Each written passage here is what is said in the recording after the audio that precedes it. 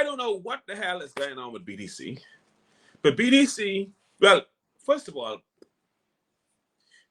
the BDC people of the Bahamians have been fortunate enough now to have a meeting with the Prime Minister to air their grievances because the company, the overall executives of the company, have abandoned the lower level staff in relation to getting things done over these islands. I have been saying on my show, and if anybody remembers, I said it several times on my show, that the Prime Minister of the Bahamas needs to summon the executives from BDC, wherever the hell they are in the world, get them to the Prime Minister's office and read them the Riot Act.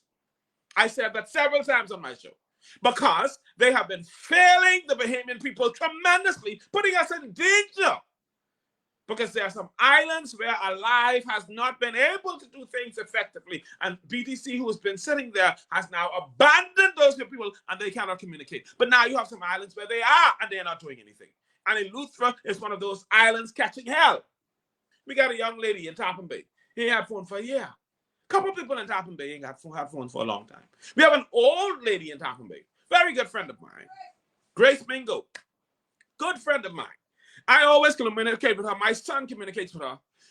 If Grace has an emergency right now, she cannot call anybody because her phone has been out for so long, it's unbelievable.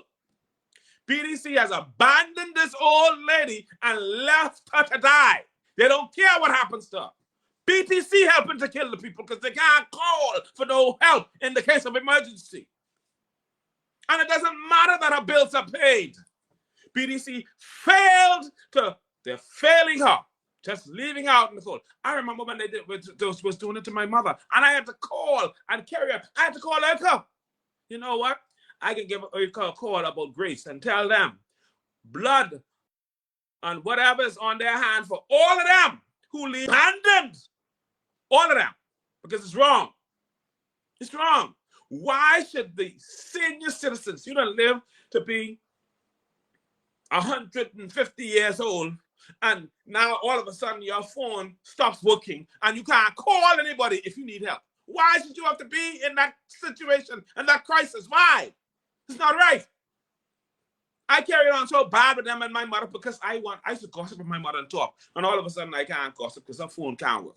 And so I'm just still in a hot mess when it comes to telecommunications because BTC continues to fail the Bahamian people.